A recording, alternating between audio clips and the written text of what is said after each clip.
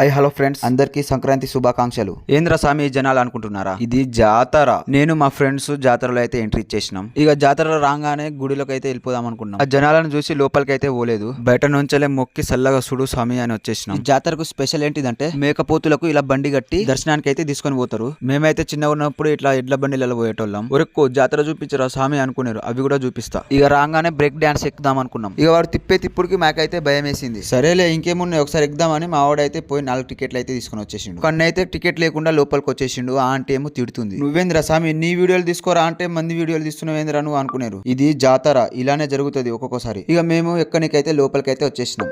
ఇక ఎక్కినాక ఇది పరిస్థితి దూల తీరిపోయింది. ఇక దిగంగానే తిననికి ఏమైనా తీసుకురారా అంటే మా వాడు స్వీట్ కార్న్ తీసుకొని వచ్చిండు. పుల్ల పుల్లగా తీయగా భలే ఉన్నాయి. ఇక ఎక్కిన చాలు గానీ ఏదైనా పోయి తీసుకుందాం పా అని మా వాడు షాప్ కి అయితే తీసుకొని వచ్చేసిండు. బట్టలు వేసుకోనికి బ్యాగ్ లేదని బ్యాగ్ షాప్ కి అయితే తీసుకొని వచ్చిండు. ఇక నిజంగానే కొంటవారా అంటే ఆయనతో ఏదో మాట్లాడి మళ్ళీ రిటర్న్ అయితే వచ్చేసిండు. మా ఫ్రెండ్ అయితే ఏమో లైట్లు తీసుకున్నది. ఏం తల్లి అదేమో నా కిరీటం అనుకున్నావు, అలా పెట్టుకున్నావు. ఒరకు యాడ దొరికిన సంతారా ఇది.